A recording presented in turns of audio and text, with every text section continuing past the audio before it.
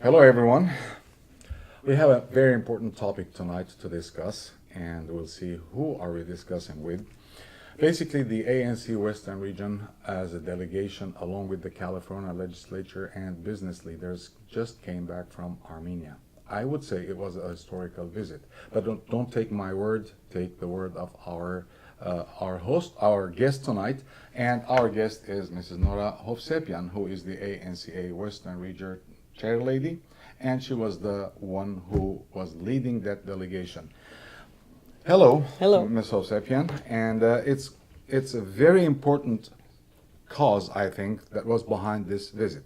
But first of all, would you please tell us who was in the delegation and how much was the duration of the visit and a little bit about the visit itself? Yes, of course. So the ANC Western Region led a delegation of handpicked California state legislators and business representatives to Armenia. The delegation left on September 4th and returned September 13th. We were there a total of 9 days. Basically, the legislators included Senator Anthony Portantino, who represents Glendale, Pasadena, and surrounding areas. He has over 150,000 Armenian constituents in his district, and he's very well versed on the issues that are important to us as Armenians. We also had Senator Henry Stern, who represents parts of the San Fernando Valley, as well as Los Angeles and Ventura counties. He is the chair of the Senate Committee on Information Technology, IT. We had Assembly Member Evan Lowe, who represents the Silicon Valley area in Northern California, and he chairs the IT committee in the State Assembly and represents all of the big tech companies. And finally, we had Assembly Member Autumn Burke, who does not have a lot of Armenian constituents in her district. However, she does represent the area that includes Los Angeles International Airport. And she is instrumental in helping us secure direct flights between Los Angeles and Yerevan. So these four legislators were very important to be on this delegation. Senator Portantino, of course, has been to Armenia in the past, but the other three were new to the country. And we also had some business and tech representatives. We had Andrea DeVoe, who is a principal of Strategies 360, which is a company that represents over 100 tech companies. She's a lobbyist here in the United States. She is a lobbyist. We had Marissa Khachikian, who is a senior official in Oracle, which is one of the biggest tech companies. And coincidentally, Marissa Khachikian is the daughter of Ken Khachikian, who used to be President Ronald Reagan's speechwriter and who in fact was responsible for including that line about the Armenian genocide in which President Reagan recognized it in 1981. Yes, correct. And finally, we had Vikram Ayer, who is a policymaker with Postmates Incorporated, which is an online delivery service. And he was a senior policy advisor in the Obama administration related to commerce. So he also was very important to have on this trip.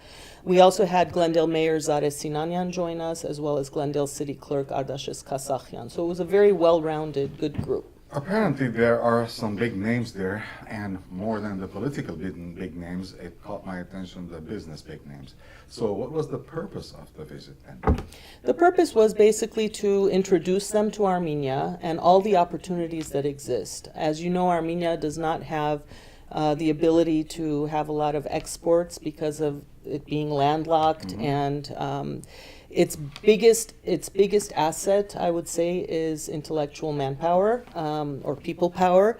And the fact that the IT sector in Armenia is growing at such a quick rate, we felt it would be important to have these tech sector representatives there so that they could see it as a new market, an emerging market, and also to introduce Armenian officials and businesses to these California policymakers and influencers in order to create and establish and cultivate a collaborative relationship between Armenia and California, especially since California is the fifth largest economy in the world.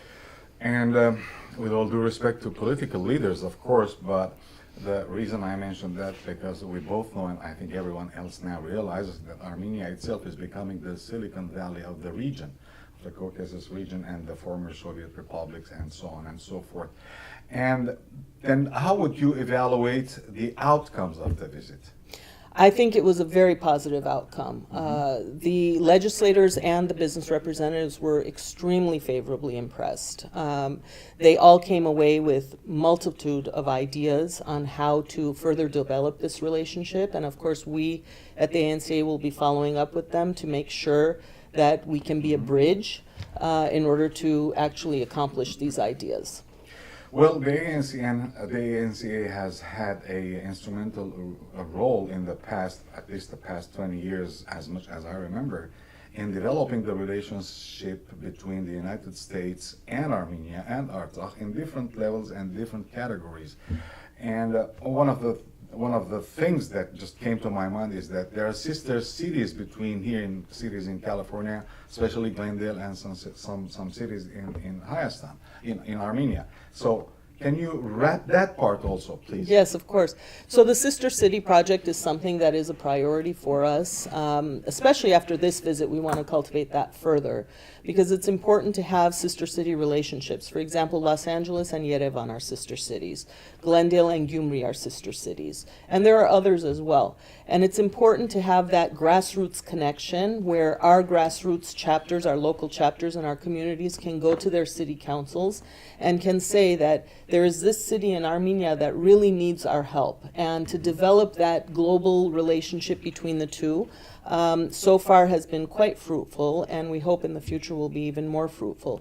In addition to that, the ANCA, for example, over the past 20 some odd years has advocated for U.S. foreign aid to Armenia and Artsakh, and has secured over $2.5 billion in U.S. aid to Armenia. It's and with a B, right? With a B, $2.5 billion, and over $45 million to Artsakh, which is a very unique situation because the U.S. does not provide aid to non-recognized countries. Exactly. However, this aid has gone to Artsakh. So that is because of our efforts, Thanks and we're to very the proud NCA. of that.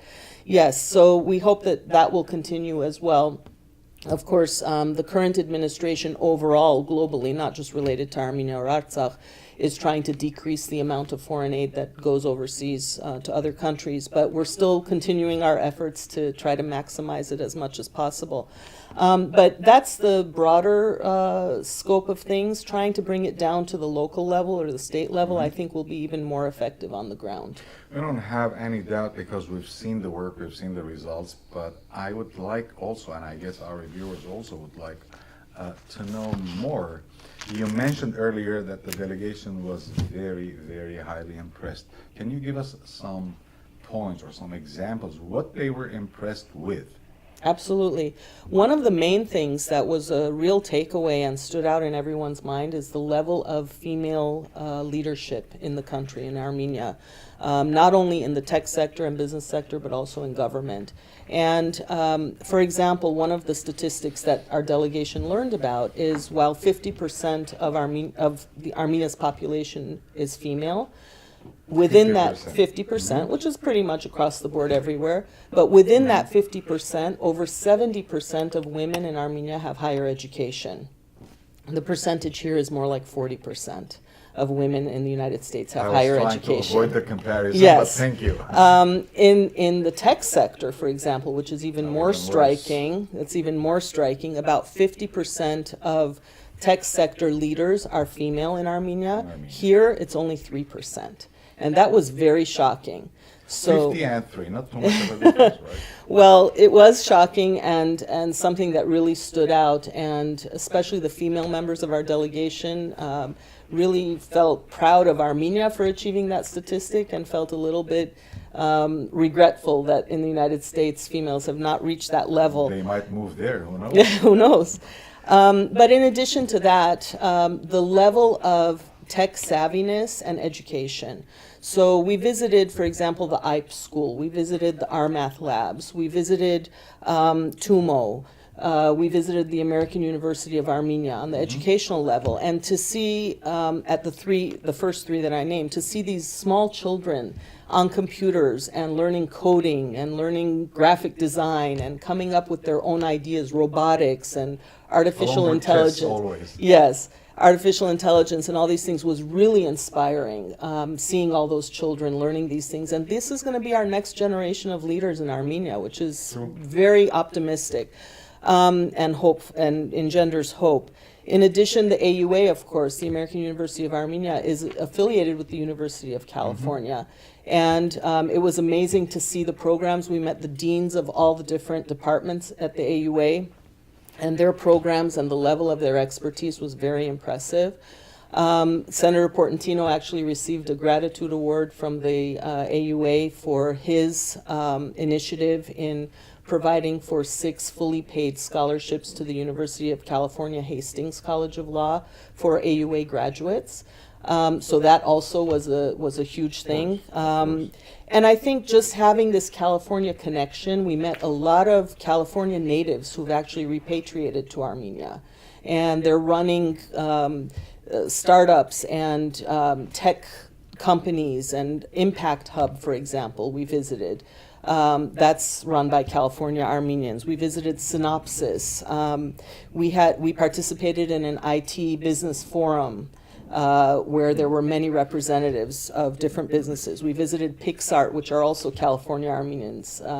So it was very interesting. We visited UCOM, which is their telecommunications company, and they were amazing as well. They're planning on building this technopark type of huge property where there will be startups welcome to come and use their space. So it's a very hopeful and optimistic atmosphere, and I think our delegation was extremely impressed. They weren't expecting that. The political meetings as well went very well. 2 questions. One of them is kind of just includes the answer, I guess. And that is, I guess, especially after recently the California State Assembly and Senate both verified and ramified the Divest Turkey bill. Probably from now on they will start thinking about investing in Armenia, divesting in Turkey, investing in Armenia. But what was the impression about the political changes there, if you've got any in that regard? Absolutely. So I think, first of all, on the divestment, let me just say, yes, Assembly Member Adrian Nazarian spearheaded that, and we worked very closely with him to make sure that that got passed. And now it's on the governor's desk, so we're hoping that it will be signed into law. But you're right. I mean, divesting from Turkey, which is basically going downhill in terms of its economy, and investing in Armenia, which is going uphill, would be amazing. The ANCA continues to work on securing a double tax treaty with Armenia, which will also incentivize U.S. businesses to invest in Armenia as well.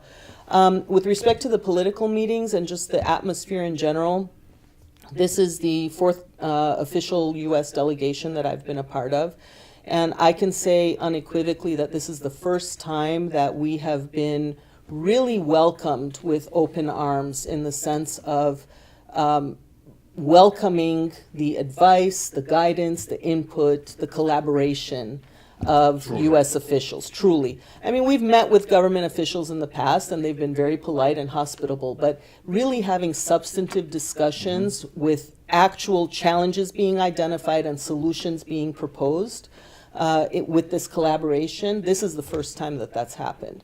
So I think that it's very promising in that regard, and I'm very happy that we had such a successful and productive trip. Actually, that really does mean something, and that something is very important, I guess, at this juncture of Armenia's political life and political changes. And towards the end of this short interview, if you would like, is there anything that you would like to say and I didn't ask about? Well, I think just in terms of the political meetings, for example, we had the opportunity to meet with Prime Minister Nikol Pashinyan, and he was very welcoming as well in terms of our input and ideas and proposals for solutions. We met with the Agriculture Minister, which, even though this was a tech-heavy type of delegation, because we had 4 California legislators with us, and because California is, after all, also an agricultural economy, yes. we wanted to meet with Minister Artur Khachaturian, and that also was a very productive meeting, identifying problems and proposing solutions. We're planning on inviting him to the ANCA is planning on inviting him to a visit to the United States and to the San Joaquin Valley to meet with some of the farmers and growers there, to assist in that regard. We met with the Minister of Economic Development and Investments, Artsvik Minasyan. That also, same thing. I mean, it was a very productive, talking about the double tax treaty and trying to get U.S. investments into Armenia. And we met with the Deputy Minister, Hagop Arshakyan, of the Communications and IT Ministry. And that as well, the same thing. I mean, he was talking about how IT is such a priority for the Armenian government, as it is and should be, and how California can really contribute to that. So all of these meetings together, plus we met with the parliamentary factions as well. There were representatives of the main political parties. And even with them, we talked about how the California State Legislature and the Armenian National Assembly can work together, have friendship groups and visiting each other and so on. So I think overall it was really a good visit. I hope everyone realized that although Armenia does not have maybe major wealth underground, Armenia doesn't have oil, doesn't have much diamonds and so on, but Armenia's wealth is in its own people. It's above the ground, and this is another proof. And apparently, Ms. Hovsepian, hard work pays off. So thank you, Thank you. ANC, ANCA, and of course, big thank you to our leaders here in California who took the effort and visited, and probably they will change a little things or big things in the policies. Thank you very much. Thank you.